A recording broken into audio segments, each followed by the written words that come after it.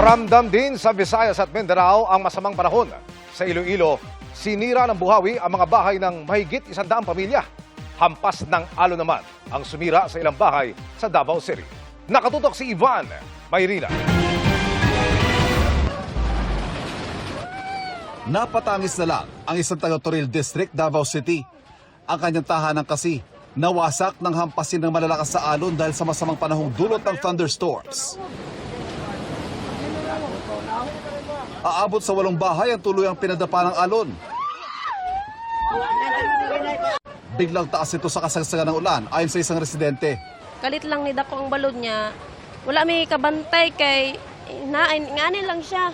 Nya mga tungtong nag alas 11 sa gabi diha na ni dako na siya maayo. Nya dira na mi nag baanay panghipos diri atanan. Habang sa Imus, Cavite, makapigil hininga ang pagsagip ng mga otoridad sa mahigit 100 residente. Abot hanggang dibdib ang bahang pumasok sa kanilang mga bahay dahil sa ulang dala ng habagat.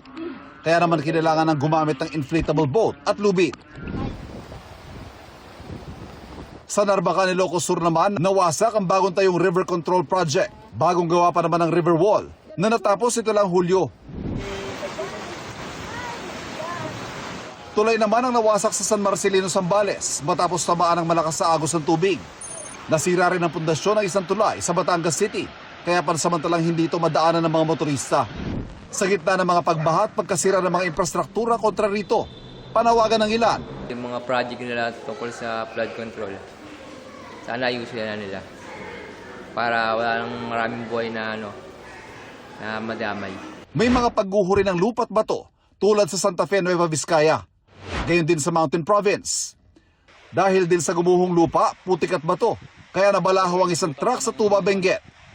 Sa Maynila, hindi lang baha ang hamon sa mga residente, kundi maging malakas sa hangin na nagpatumba sa isang motorsiklo.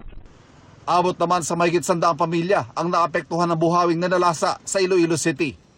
Ang bubunga ng tindahang ito, tuluyang nilipad.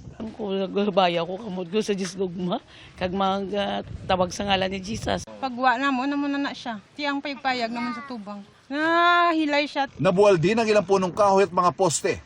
Ayon sa Pag-asa Iloilo, posibleng dahil sa severe thunderstorm kaya may nabuong buhawi. May posibilidad po na may mga associated hazards po ito katulad ng mga strong winds at the same time may mga rare occasion din po na may kaakibat itong ipo-ipo or tornado. Ivan Mayrina, Nakatutok, 24 Oras.